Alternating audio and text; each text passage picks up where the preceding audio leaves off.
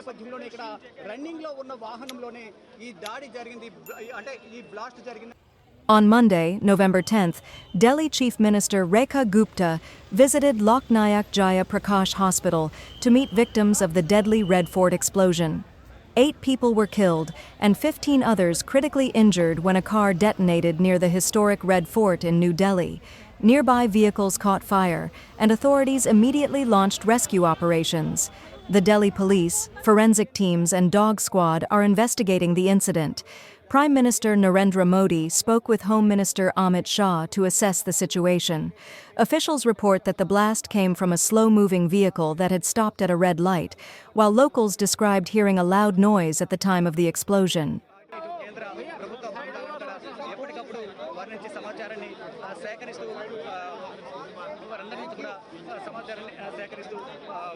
అందుతున్న సహాయక చర్యల గురించి కూడా ఆరా తీస్తూ ఉన్నారు.